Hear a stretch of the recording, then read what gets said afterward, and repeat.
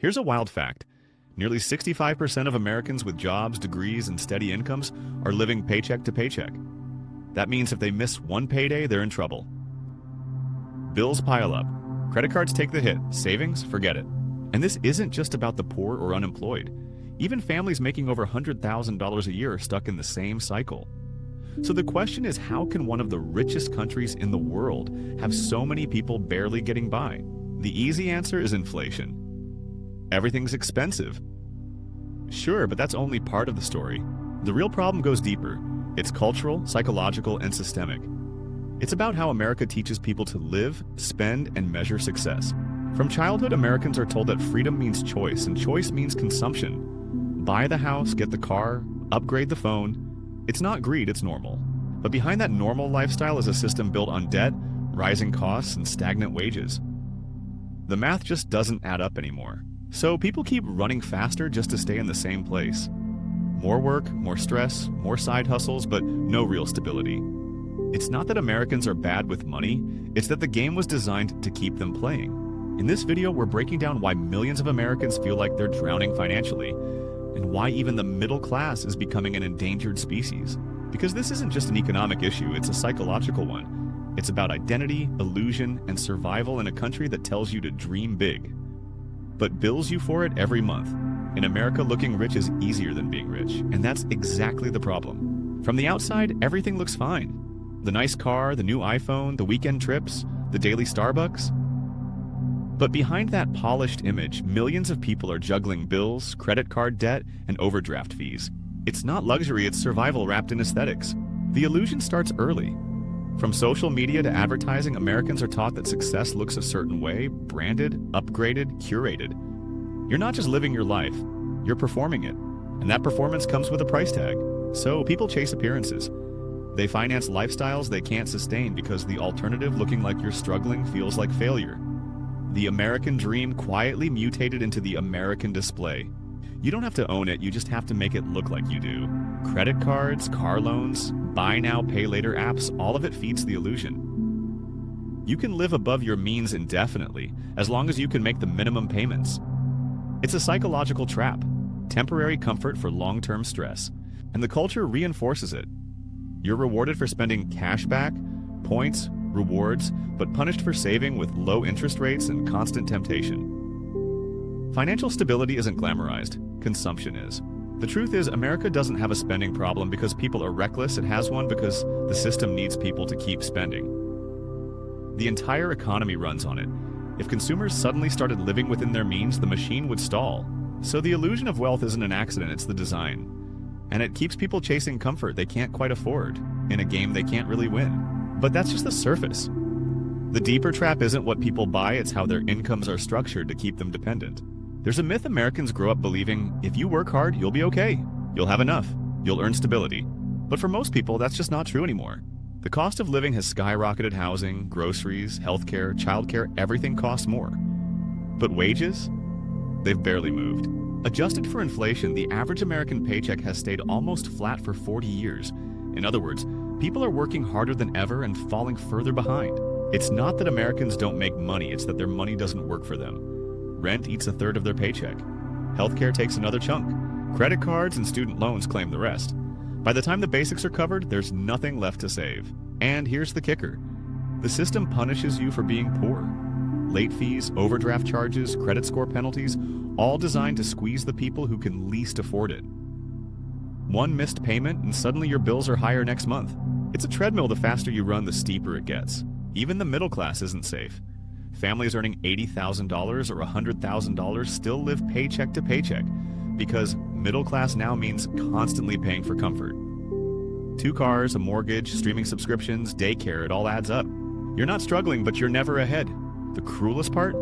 Productivity has exploded. Americans are producing more value per hour than ever, but the rewards go up the chain. CEOs get bonuses, workers get burnout. Work harder stopped being advice and became a trap.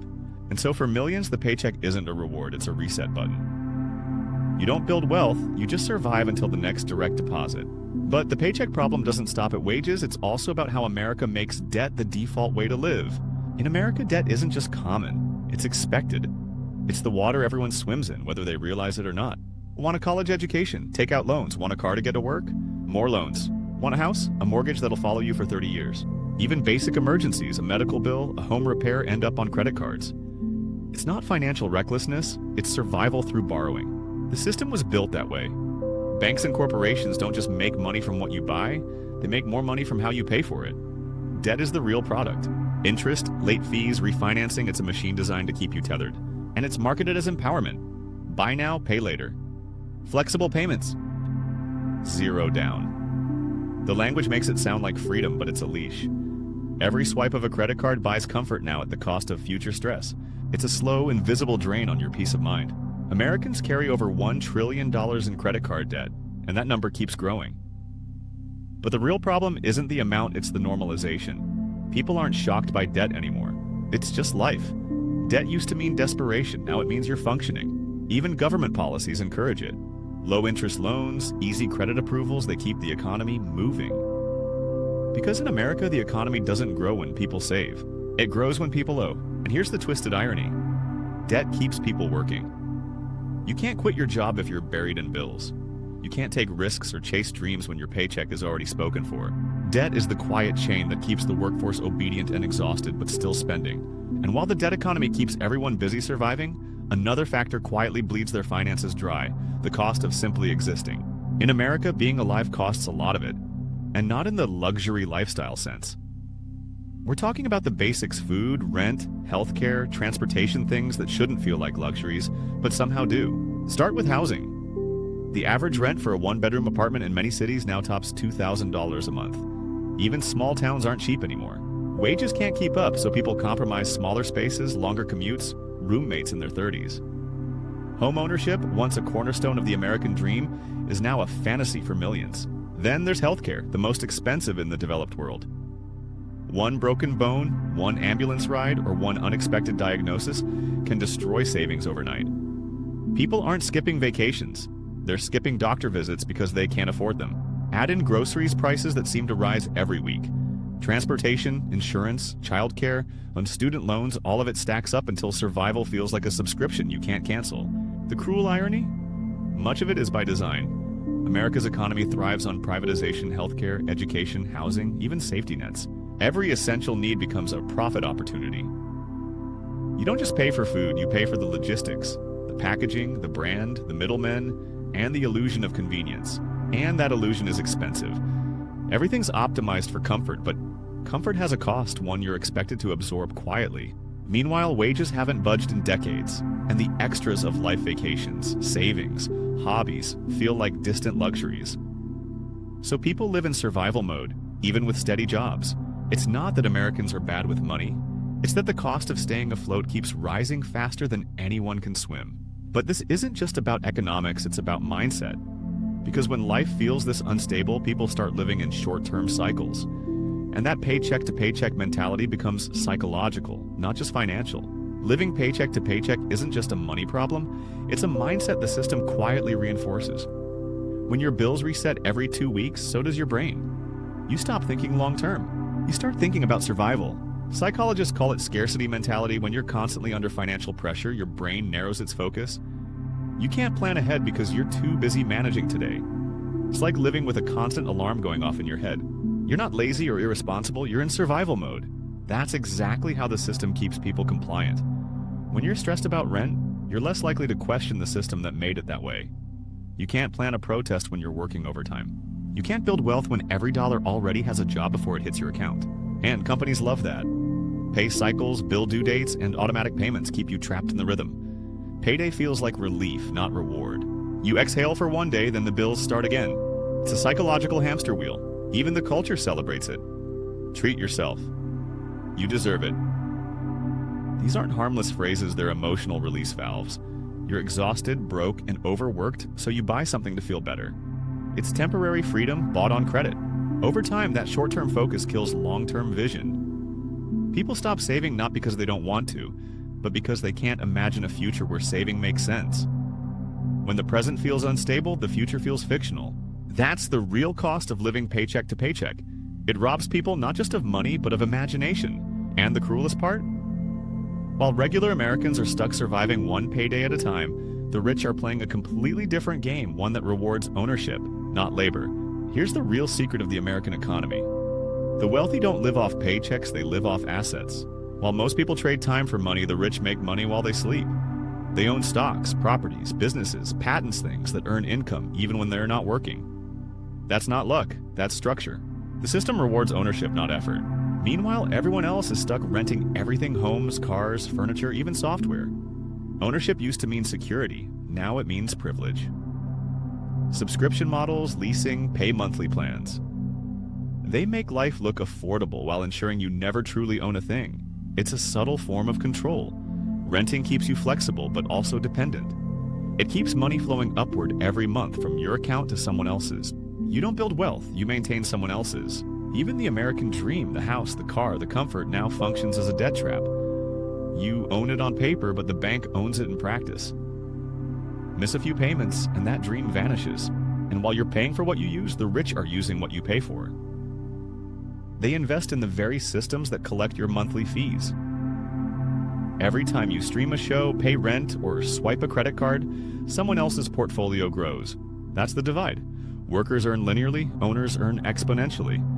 The poor work in the system, the rich own it. And the most disturbing part? This gap isn't closing, it's widening. Each year, wages stagnate while assets inflate, making ownership even harder to reach. So while most Americans are trapped chasing paychecks, the wealthy have moved on to chasing profits. And it all feeds into one powerful illusion that financial struggle is personal failure, not structural design.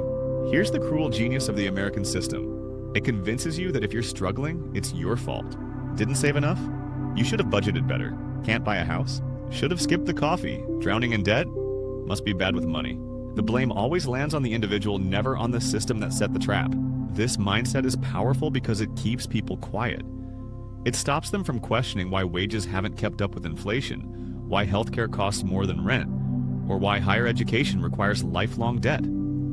Instead, people internalize the problem. If I just worked harder, they think, I'd be fine. It's a psychological trick rooted in the myth of meritocracy, the idea that effort alone determines success. It's comforting, but false. Millions of Americans are working harder than ever, yet can't afford stability.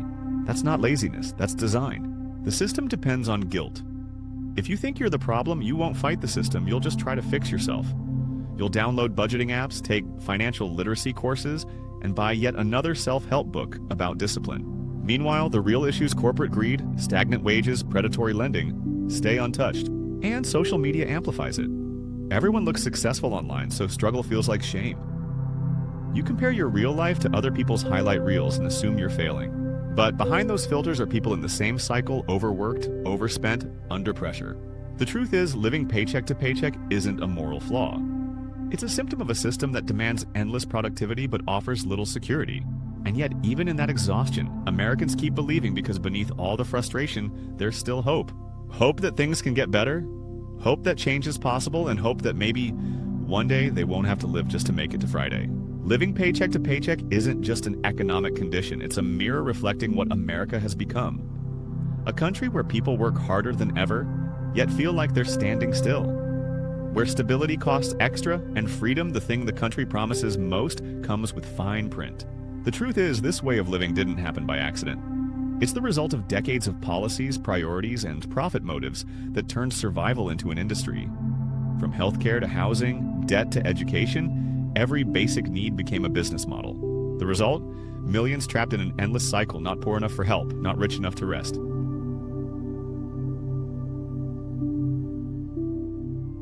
But behind all the exhaustion and financial anxiety, there's still something profoundly human. People haven't stopped trying.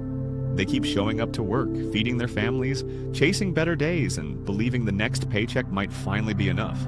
That resilience, that quiet endurance is what keeps the country running. And maybe that's what makes the whole thing so tragic.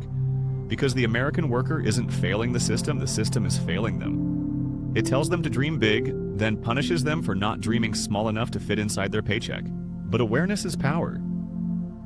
Once people understand that this struggle isn't personal weakness but structural design, they can start asking different questions, not how do I fix me, but why is it built this way? Because the day Americans stop blaming themselves and start seeing the bigger picture, that's the day the system finally starts to shake. Until then, Millions will keep living paycheck to paycheck not because they are careless, but because in America, survival has become the new success.